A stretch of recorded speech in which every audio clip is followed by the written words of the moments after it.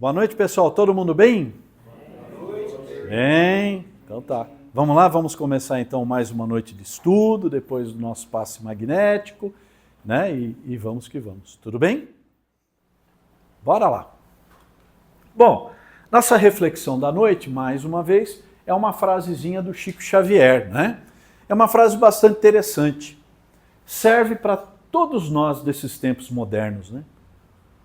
Tudo que criamos para nós, de que não temos necessidade, se transforma em angústia, em depressão. Já falamos isso quando a gente estava falando lá no Penas e Gozos da Vida Terrestre, né? Nesse capítulo que a gente está. A gente acaba firmando a nossa felicidade num carro. Carro quebra. Se o único motivo de ser feliz era ter o carro, quando o carro quebra, o que acontece com o cidadão? Aí entra em depressão. Mas onde está o erro, pessoal? É focar as nossas felicidades, as nossas boas memórias em coisas materiais, em coisas que são perecíveis, que vão se perder, né? E aqui é isso que ele fala, quanto mais coisa a gente adquire, gente, é mais coisa para ter problema.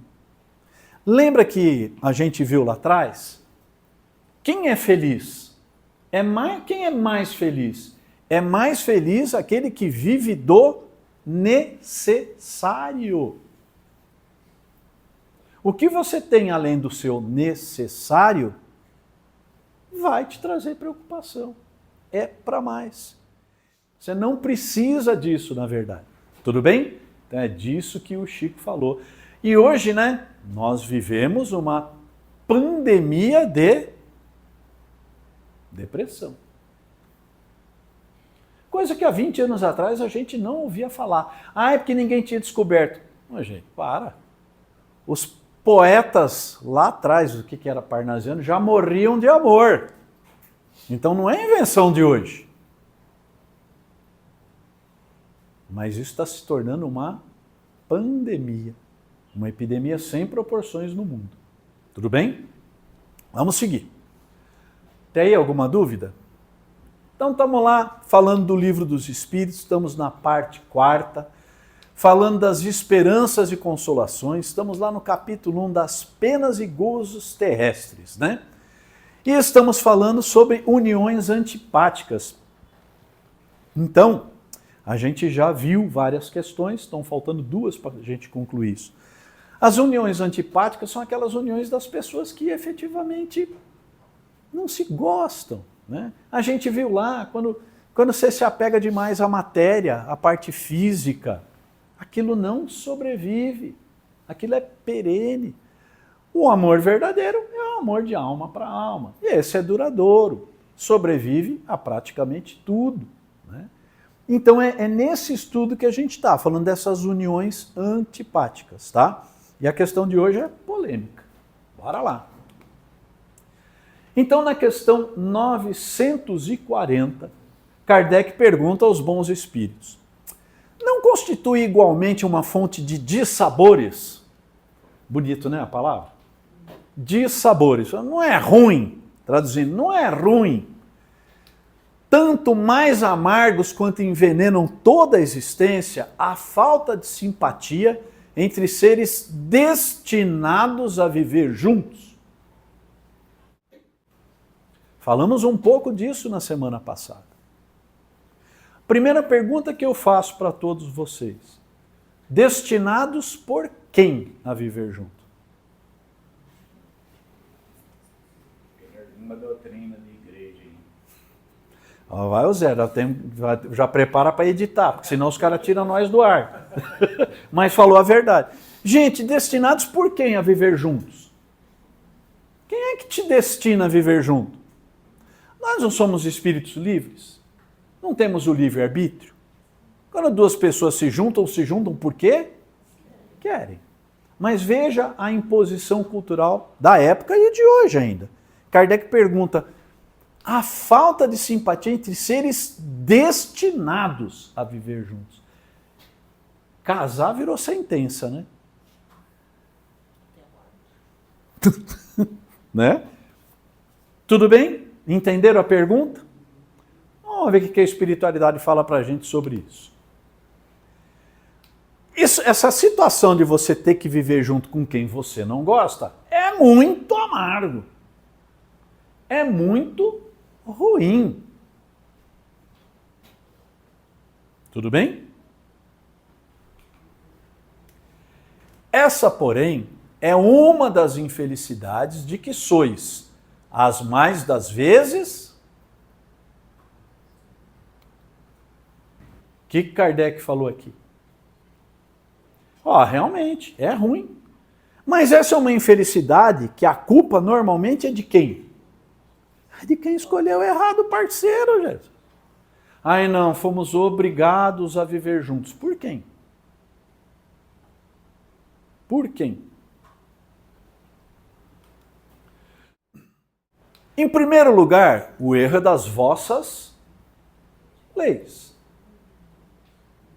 À época do Livro dos Espíritos, 1857, as leis eram diferentes. Hoje as leis evoluíram.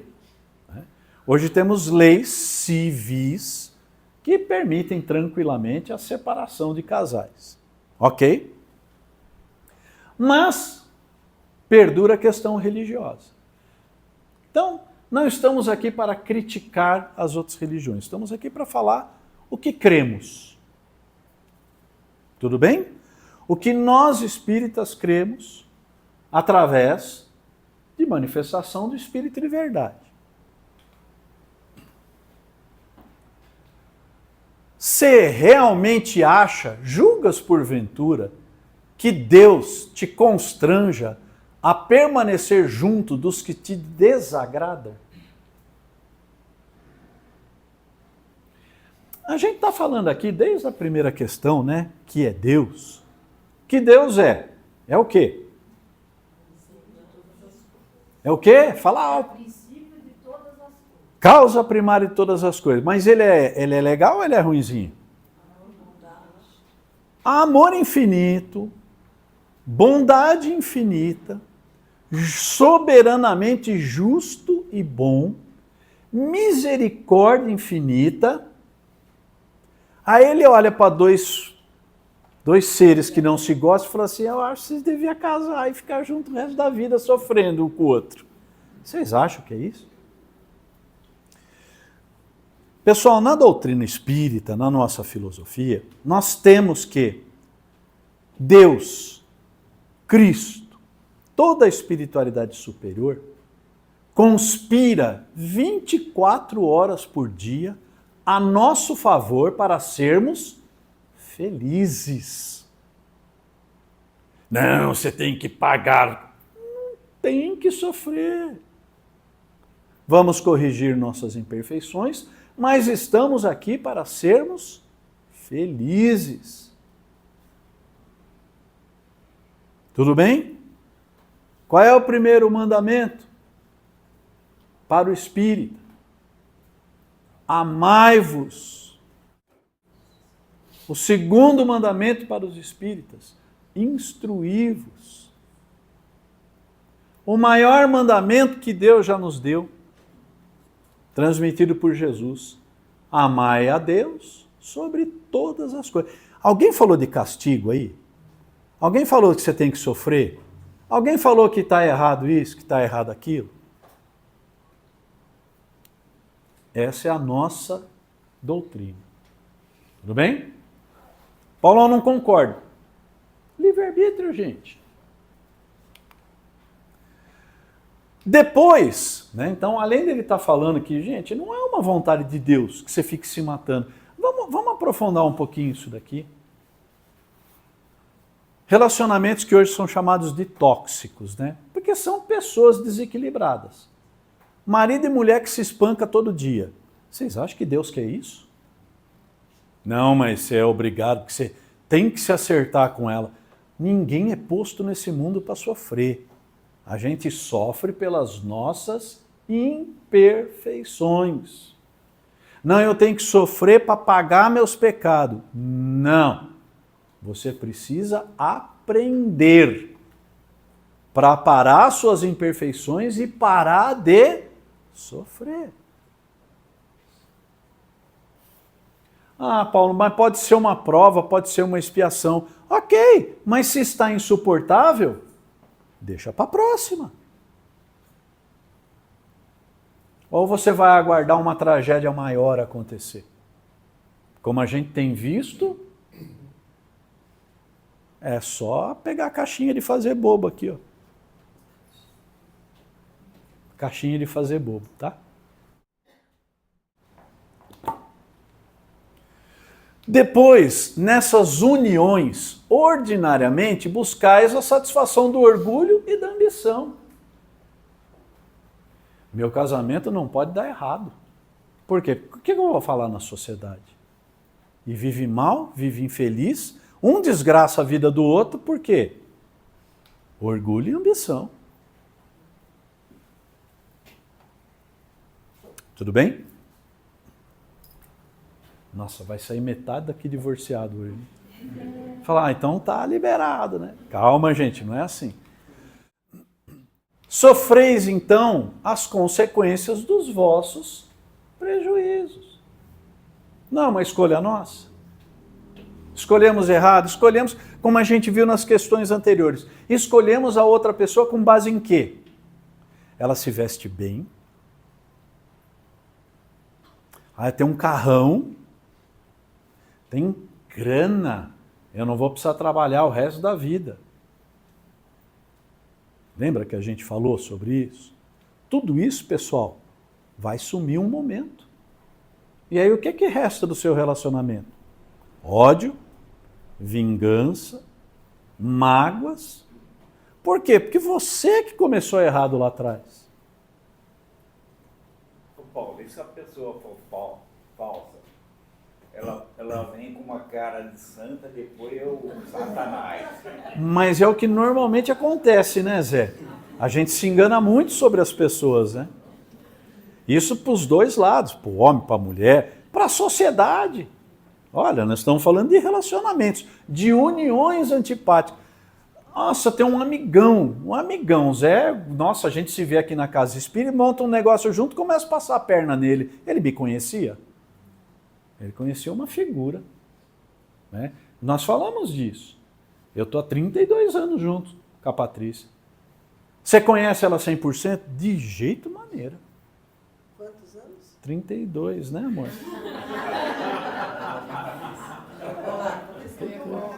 Já começou, tá vendo? Já, nossa senhora. 35. 35, mas 35 tirando 6 de namoro.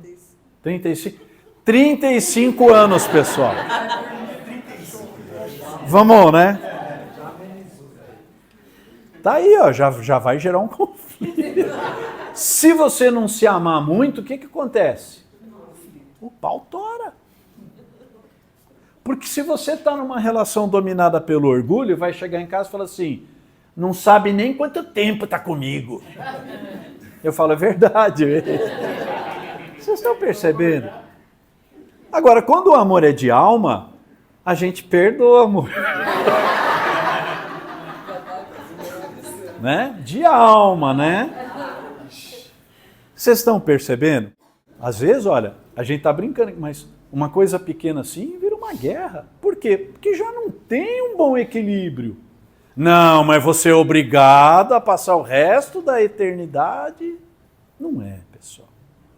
Para nós espíritas, não é. Tudo bem? Ele segue. Mas nesse caso aí, não há quase sempre uma vítima inocente? Aí é o que o Zé acabou de falar. Mas se eu fui enganado? Né? E se eu fui enganado? Bom, então a pergunta é, não tem quase sempre uma vítima inocente no relacionamento? Vamos ver a resposta, mas eu quero fazer um comentário. Sempre tem uma vítima inocente. E para ela é uma dura expiação. Mas a responsabilidade da sua desgraça recairá sobre os que lhe tiverem sido os causadores. Tudo bem? Falou aqui que você é obrigado a ficar junto para cumprir a sua expiação?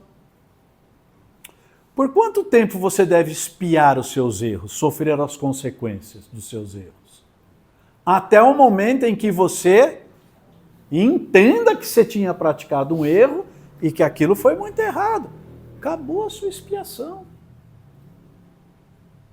Não, você já percebeu, mas você vai ter que viver mais 60 anos junto com essa pessoa, atormentando a sua vida. Não é nisso que nós cremos. Tudo bem?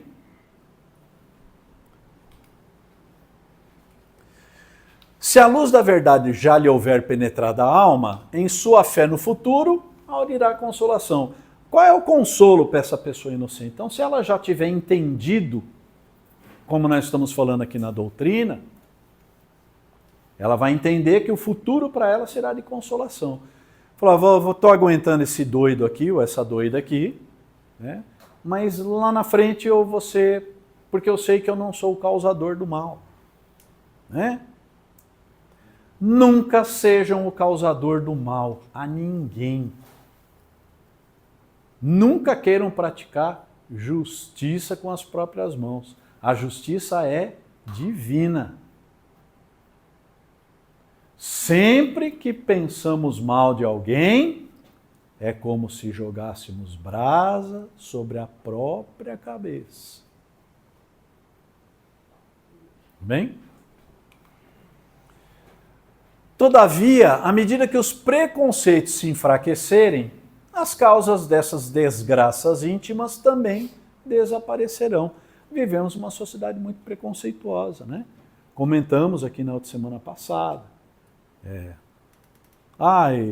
Mulher divorciada, ninguém gostou. O homem largado é porque ninguém quer. São preconceitos e o nosso orgulho e a nossa vaidade acabam falando alto com essas coisas.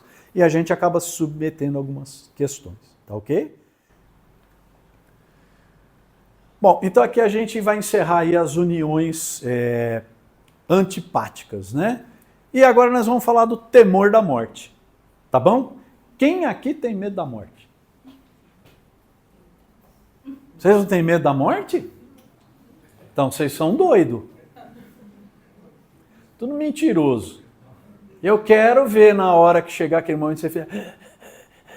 Você não vai falar, ai meu Deus do céu. Até o Chico tinha. Até o Chico tinha, né? Todo mundo tinha, né? Divaldo sempre brincava com isso, né? Falava, nossa, eu vou morrer, vou... Aí o médico dele morreu e falou, fiz um discurso maravilhoso antes dele do que eu, né? Pessoal, nós nascemos com uma programação de autodefesa que é o medo da morte.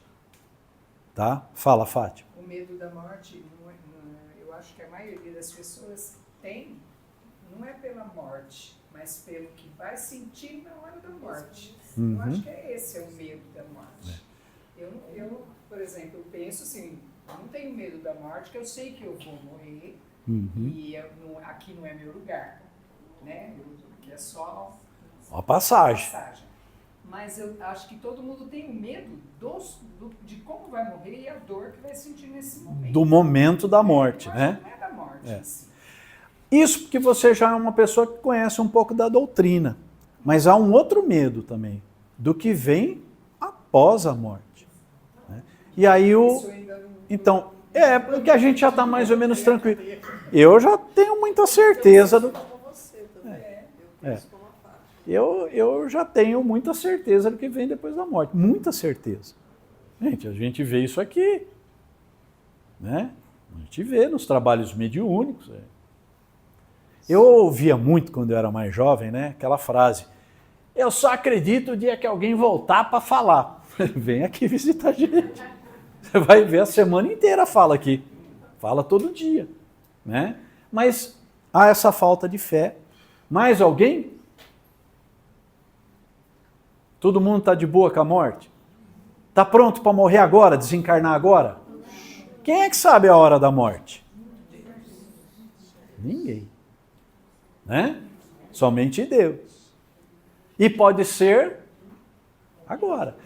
Gente, tem no YouTube um palestrante espírita dando entrevista, numa rádio espírita e ele desencarna no meio da entrevista. Eu olhei aquilo e falei, senhor, deixa eu acabar a palestra, pelo menos, né? Então, gente, a maior realidade da vida é a desencarnação. Já falamos sobre isso aqui. Infelizmente, a nossa cultura é uma cultura de medo. O domínio de muitas religiões sempre foi pelo medo. E o medo da morte é um deles. Né? Pois não. Tem algumas pessoas que a gente, né, nos últimos dias dela, ela tem alguns comentários ou algumas reações, algumas sensações que é como se ela já soubesse, né, sinais. Isso não seria uma forma da pessoa saber que vai desencarnar? Com certeza. Vocês ouviram o que a Marília falou aqui? Quem é que já teve um parente próximo que desencarnou, foi definhando devagarinho? A gente percebe que a pessoa começa a ir para o segundo andar, né? Fala, nossa, minha mãe veio ontem à noite aqui. É, mãe. A avó veio. Né? A minha mãe um dia me ligou e falou assim, nossa, eu acordei de noite para ir no... Ela já estava com um pé lá, né? Aqui nós temos uma corrente espiritual de padres. Tá? E eu pedia muito a esses irmãos que ajudassem ela. Não vai resolver, mas vai ajudar. E um dia minha mãe me liga e fala assim, Paulo, eu acordei de noite para ir no banheiro, 3 e pouco da manhã.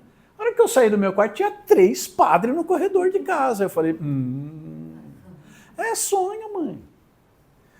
Há esse preparo, sim. À medida que vamos nos desvencilhando da matéria, vamos nos espiritualizando mais. Cada um desencarna de um jeito, porque como ensinou Jesus, a cada um conforme as suas obras. Cada um vai ter uma passagem de um jeito. Mas é muito comum a espiritualidade bondosa que está junto da gente, vai nos preparando. Sonhamos, dormimos, sonhamos, vamos lá para a erraticidade, encontramos com os entes queridos, pô, logo logo está vindo, está chegando. A gente acorda com aquela coisinha lá no fundo da cabeça que a gente não tem muita certeza, mas vai começando a se conformar, vai começando a se desligar das coisas. É isso. Ô Paulo, eu não sei que dia que a morte vem, mas eu sei quanto tempo eu tenho de vida. Sabe? Quantos? 1 milésimo de segundo. O Na resto hora... é tudo lucro. No resto é tudo... Tá bom. Beleza? Então vamos seguir. Primeira pergunta de Kardec. Para muitas pessoas, o temor da morte é uma causa de perplexidade, ou seja, assusta muito. Né? Aqui nós somos suspeitos. Aqui muita gente está aí 1 ano, 2 anos estudando com a gente. Muita gente aqui participa das reuniões mediúnicas. Nós temos uma outra visão. Tem gente, se tivesse, dependendo do público, se falar assim, olha, todo mundo que vai morrer, a pessoa já levanta e fala, vou sair daqui, pelo amor de Deus, o que esse cara está falando? Né? É a nossa cultura, pessoal. Negamos e negamos e negamos a morte até a hora que chega. E a hora que a morte chega para um ente querido, então, nos revoltamos. Sendo que é a coisa mais natural para todos nós seres humanos. Todo mundo aqui, sem exceção, vai desencarnar um dia. Que dia? Não faço a menor ideia. Mas tem a boa notícia. Nenhum de nós aqui, absolutamente nenhum de nós aqui vai morrer. Porque a morte não existe. Vai haver uma transformação. Nós vamos largar esse escafandro, né? Como diz um irmão espiritual nosso, essa roupa que não vai servir mais, e vamos voltar para a erraticidade, como disse a Fátima, que é o nosso ponto estável. Nossa vida estável, pessoal, é como espíritos. Isso aqui que nós estamos vivendo é temporário. E vão ser muitas, e serão várias existências como essa. Até a gente nos aprimorando. É isso que acreditamos. E é isso que vemos na prática, né? Não é só acreditar, né? Como é que pode aí, hoje, criança de 3 anos de idade, tocando piano em orquestra sinfônica? Aprendeu de onde isso daí? Imortalidade da alma. Aprendeu de outras encarnações. Por algum motivo sábio de Deus, está trazendo esse conhecimento numa nova encarnação. Talvez para mostrar a gente que falou, ó, vocês não acham meio curioso uma criança de 5 anos de idade tocar piano numa orquestra sinfônica? Você viu um molequinho que tem 8 anos, ele sabe tudo de cardiologia? Vi. É um absurdo aquilo. Já está como professor, doutor da universidade, tem mestrado, acho que atualmente está com 12 anos de idade. É impressionante o negócio. Exatamente. É isso. Ah, sorte. Nós não acreditamos em sorte. Ele Fala. trouxe essa sabedoria de uma outra vida. De outra encarnação. E eles falam que a criança depois perde um pouco essa... né, Depende. da memória. Ela vem, ela lembra de alguma coisa, mas depois ela vai perder. Não, existem duas coisas diferentes. A Fátima está falando, mas como ele é criança, ele vai perder essa memória. Tá? Existem duas coisas diferentes. As crianças, até os 7 anos de idade, ainda estão numa complementação espiritual. Então elas podem ter o quê? Algumas mediunidades, algumas características do espírito. Ver, ouvir, falar. E isso tende, com o avanço da idade, a se normalizar. Ok? Agora, essas crianças que nós estamos falando, é uma situação diferente. Eu entendo que elas são missionárias. Elas vieram com a caixinha de lembrança aberta e destrancada por alguma utilidade. Porque nada no reino de Deus é inútil. Nada no reino de Deus é curiosidade. A espiritualidade esqueceu a caixinha dele aberta. Não existe isso. Então há uma utilidade. Talvez para que nós, de uma maneira geral no mundo, recompreendamos a reencarnação. É uma doutrina, é um conhecimento que está muito esquecido pela maioria das pessoas no globo e que nos melhoraria em muitas questões. Em muitas questões. Ó, o que você está fazendo aqui agora, a hora que você morrer não acabou não. Vai continuar lá. E depois, a hora que você voltar, vai continuar aqui. Nós vamos ver isso no próximo tema, que é o suicídio, hein? Tá? Tudo bem. Fala, Ângela. Paulo, de uma maneira geral, o ser humano, como você disse, ele nasce já com o medo da morte. Isso daí também não ajuda ele na sociedade para evoluir, porque ele não ultrapassa limites. Ele não vai sair. Para evoluir não, mas para ele sobreviver, né? Sobreviver, mas a maldade, por exemplo, virar um bandido, pôr a vida em risco. Nisso eu não concordo. Por quê? Porque tá cheio de bandido aí que tá nem aí pro medo da morte. Ou tem medo da morte também, mas melhor morrer ele do que morrer eu. Não, né? realmente tem um monte que não tem. Mas, no geral, isso não preserva a gente ter o medo da morte. Eu acho que preserva para que nós nos mantenhamos o máximo possível na nossa prova e na nossa expiação. Dependendo das... Por que a gente tem tanto suicida? São espíritos que não aguentam a sua prova, que não aguentam a sua expiação. Nós vamos ver isso mais para frente, não vai dar tempo de ver isso hoje. Mas acho que lá para segunda-feira que vem a gente vai estar nesse tema.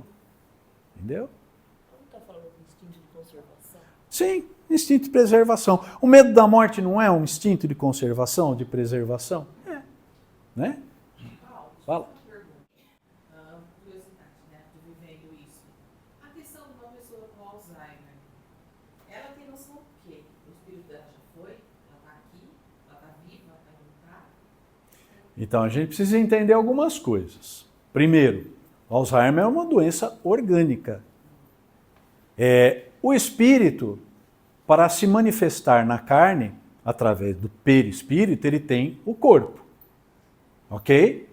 O espírito pode até estar são, mas se o mecanismo físico está falhando, se eu perco um braço num acidente, o meu perispírito continua com o braço, o cérebro continua, mas eu vou mexer um braço? Não vou. Então, a gente precisa compreender que existem coisas que são orgânicas.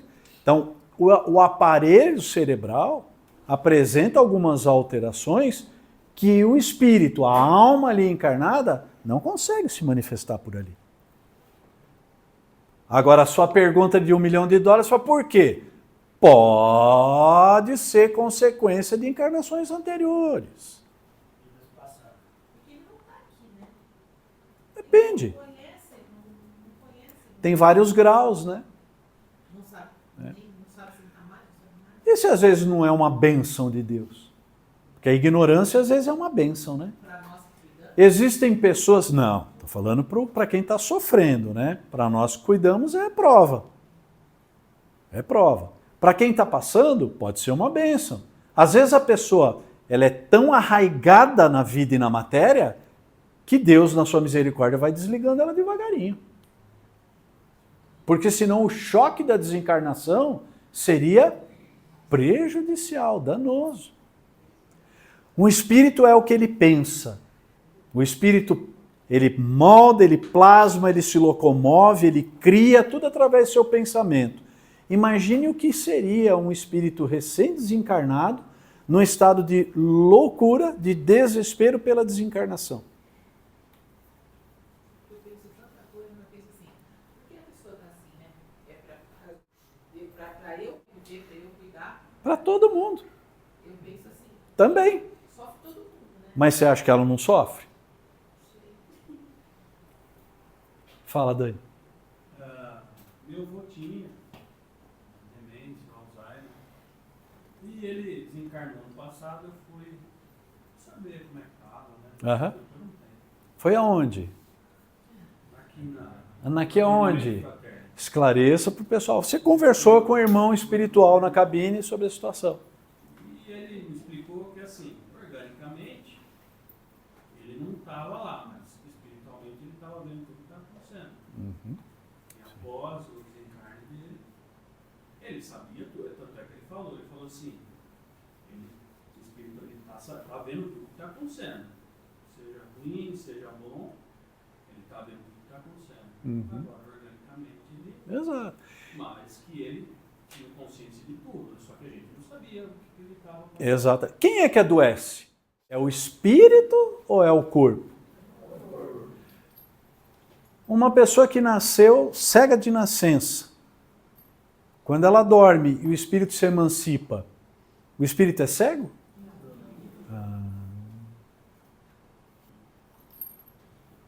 As pessoas que têm qualquer tipo de doença mental, de deficiência mental, quando ela dorme e se emancipa, ela é normal.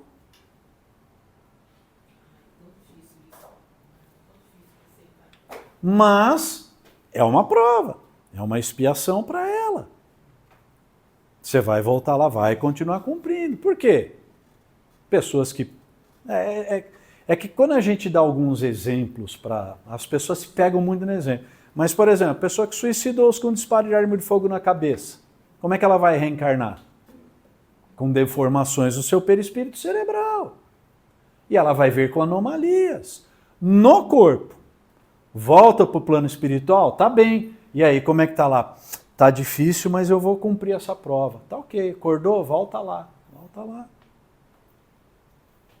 É o que acreditamos. Se não for isso, me dá outra explicação melhor. Né? Espera aí, só fala, Wagner. Mas ela tem lembrança das vidas passadas também. Quando está fora. Quando está com... Ela lembra de lá no começo algumas coisas, começa a falar. Depende de cada espírito. Isso não é regra. A gente tem acesso às nossas lembranças de acordo com o nosso grau de evolução. Porque senão a gente não aguenta. Quem aqui quer saber as últimas 10 encarnações? Eu não quero. Porque se eu já estou achando que essa aqui é difícil, Se eu começar a ver 10 para trás que com certeza foram mais difíceis que essa, o que eu vou pensar? Né? Fala, Dani. Eu acho que na conversa que eu tive, eu entendi que também é o seguinte, também tem a parte de poupar a pessoa também, uma certa forma. Um certo ponto para frente da vida dela, também está poupando ela, né, o orgânico dela, talvez não tenha, não consiga segurar, e também uma parte dela está se poupando também desse sofrimento também, que o orgânico também pode estar passando. Então, vamos lá, vai. No universo de nosso Pai, não existe vítimas e não existe injustiçados. Aprendeu? Ponto. Ai, por que está assim? Causa e consequência. Ai, mas é uma má pessoa. Não importa, errou lá atrás. E a toda causa há uma consequência. Você fez uma causa boa, o que você vai colher? Coisas boas. Você deu uma causa, um mal, o que você vai colher? A semeadura é opcional. A colheita é obrigatória. Ok? Falando mais tecnicamente, até fizemos uma aula de perispírito semana passada, né? Tudo que nós fazemos, tudo que nós pensamos, nós emitimos um fluido. O nosso espírito exsuda pensamentos. Bonito, hein? Para a novela. Quando pensamos, nós irradiamos fluidos. Tudo bem? É assim que o espírito modifica as coisas na erraticidade.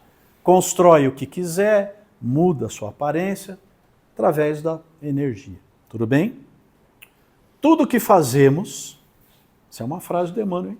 Tudo que fazemos ecoa pela eternidade.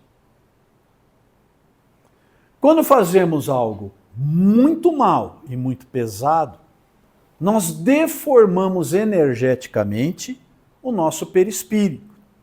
Mais especificamente, uma parte do perispírito chamado corpo causal.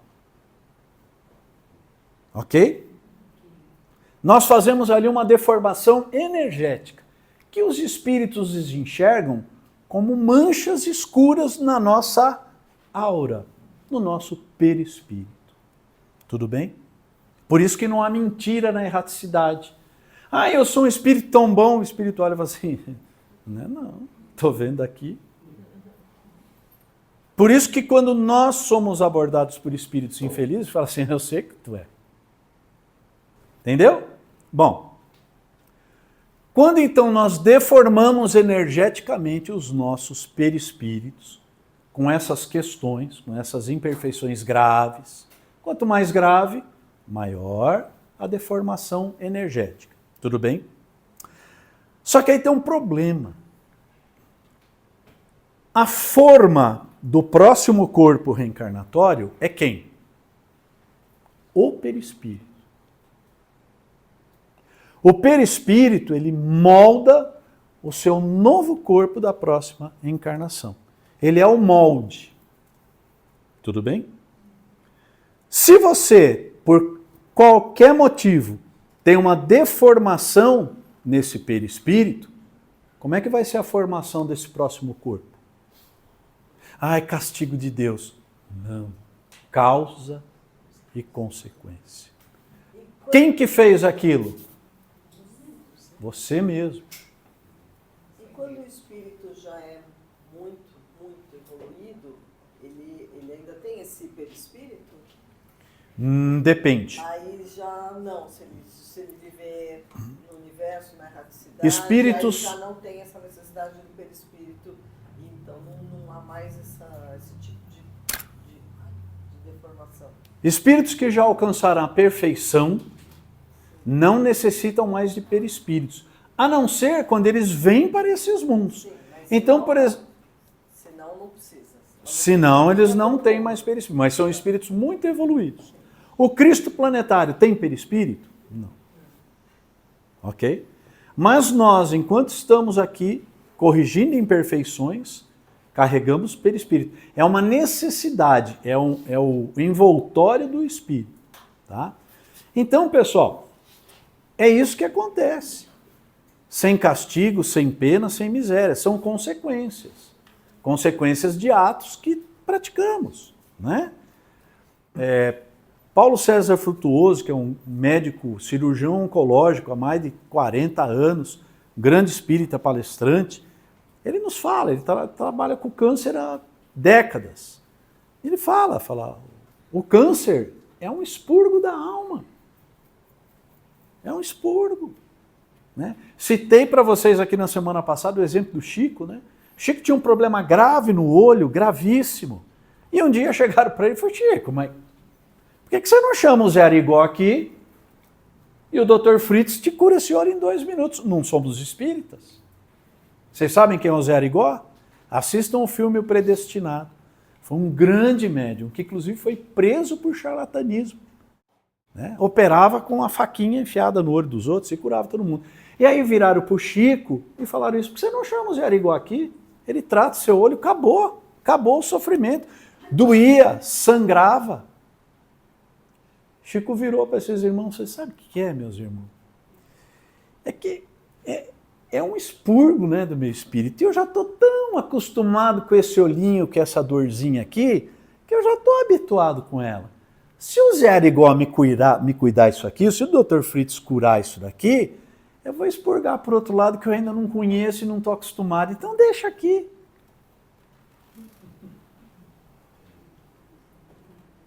Entendeu?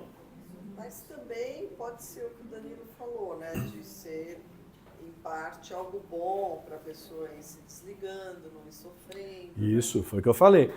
Pode ser um benefício. Né? É que a gente enxerga isso como um mal, mas não necessariamente. Pessoal, tem gente que tem verdadeiro, não é medo, não é temor, pânico da morte. Eu conheço a história de um espírita antigo, muitos anos de trabalho espírita, nos últimos dias de vida, entrou num verdadeiro pânico pelo medo da morte. Aí o que a espiritualidade faz? Desliga devagarinho, bota num coma, traz um Alzheimer, para que a pessoa vá perdendo sua lucidez. A minha mãe desencarnou assim. Eu particularmente acho que ela era uma pessoa que ia ter muita dificuldade na passagem. E ela foi desligando devagarinho. Ai, que horror! Para mim foi uma dádiva de Deus, foi um benefício de Deus para ela. Tudo bem? Vai, aproveitando, acho que não... Vamos acabar essa questão? De onde lhes vem esse temor, tendo elas diante de si o futuro? Futuro na visão do Kardec, né, que já conhecia, já sabia da espiritualidade, já via que a coisa existia. Falece-lhes fundamento para semelhante terror. Não tem motivo para ter medo. Né? É o que a espiritualidade está falando, gente, não precisa ter medo. Você falou da dor, da morte. 95% dos espíritos que a gente atende aqui não sabe que desencarnou. Boa noite, irmão. Boa noite. Irmão, tá tudo bem com você? Não, não tá tudo bem não. Por quê? Tô lá em casa, ninguém fala comigo, tá todo mundo de mal, não sei o que está acontecendo. Não sabe que desencarnou. Ou você tem conhecimento da sua nova situação? Eu tenho, né? Mas não aconteceu nada, né? Tá tudo igual. Então não teve dor. Então não teve um momento que falou, nossa, eu vi acontecer. A gente não ouve isso aqui nos trabalhos mediúnicos, fora do que está escrito na doutrina. Então a gente vai na doutrina e vê o que acontece aqui na prática. Então não se preocupem com isso. A maioria de nós vai nem perceber. Né? Tá bom? Mas o que vocês querem? Falou, não tem motivo para ter medo da morte. Mas o que vocês querem? Se procuram persuadi-las, convencê-las, né? Quando crianças, de que há um inferno e um paraíso. Não é isso que contaram pra gente desde pequenininho? Quem vai para um e quem vai para o outro? Que mais certo é a gente ir para onde? O que é o mais certo? Segundo falam pra gente desde criança. Você não obedecer sua mãe, você vai pro inferno. Se não for fazer não sei o que, você vai parar no inferno. Desde crianças. O homem nasceu em pecado. Nascemos em pecado. A gente já nasceu errado. Eu já nasci em pecado, então eu vou para o inferno. Daí para purgatório para o nenê que não for batizado. Que culpa tem um nenê que não foi batizado? Se é filho de 2 pais ateus e fala assim, não vou batizar meu filho. Morre com 5 anos de idade, inferno eterno. É isso? É isso? Mas é isso que a gente tem como cultura social. Por isso que ele está falando, o que você quer? Não tem motivo para ter medo da morte, mas olha as coisas que ensinam, né? Visto que também lhes disseram que o que está na natureza constitui pecado mortal para a alma. O nu. O nosso corpo é pecado mortal.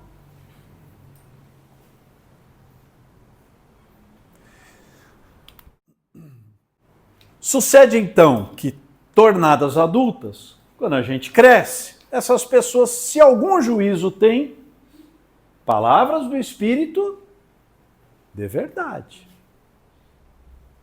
Então essas pessoas que passaram, quando ficam adultas, se tiver algum juízo, não pode admitir tal coisa e se fazem ateias ou materialistas. E aí, gente, começa o nosso problema social. Se eu não acredito em nada, para que é que eu vou respeitar regras? Se morreu, acabou, por que eu vou ser bonzinho com vocês? Por que eu vou perder meu tempo aqui dando aula espírita? Eu vou que é o que está acontecendo com muita gente hoje, pessoal. Muita gente. Vivendo a milhão. Uma juventude muito grande, com desconhecimento, não estou falando religioso, espiritual. Só se vive uma vez. Vocês contam ou eu conto? Eu conto toda segunda-feira aqui, mas ninguém acredita. Né? São assim levadas a crer que além da vida presente, não tem mais nada. Morreu, acabou. Quanto aos que persistiram nas suas crenças da infância, aqueles que realmente acreditaram, esses temem que aquele fogo eterno que os queimará sem os consumir. Olha que bom que a gente está. Ou você fica ateu, ou você fica temeroso o resto da eternidade, o resto da vida.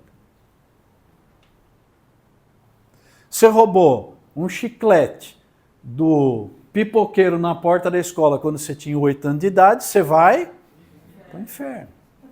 Vocês realmente acham que Deus é isso?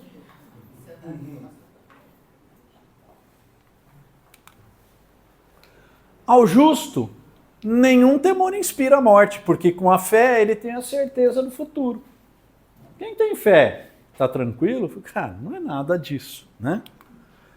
A esperança fala o contar com uma vida melhor. A lei do progresso, a lei do amor, a lei do trabalho, a lei da sintonia, são todas as leis divinas que a gente aprende aqui. Tudo melhora, pessoal. Ninguém regride, ninguém volta para trás. Já falamos isso, vamos falar toda noite aqui. Porque a gente não acredita, a gente é formado, a gente é criado para crer que nós vamos para o inferno, que nós somos pecador, que está tudo ruim, que a vida é ruim, que a gente só piora. Isso tudo é mentira. Tudo mentira. Só melhoramos dia a dia. Vamos falar de novo aquela frasezinha? Todo dia, por pior que seja o seu dia, é um passinho mais perto da luz. Ponha isso na sua cabeça.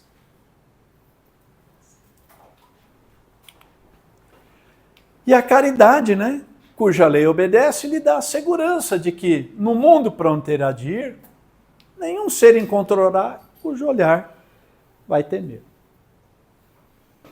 Tudo bem? Então eu gostaria de agradecer a todo mundo, deixar uma boa noite para vocês. Fiquemos todos na luz do Mestre Jesus.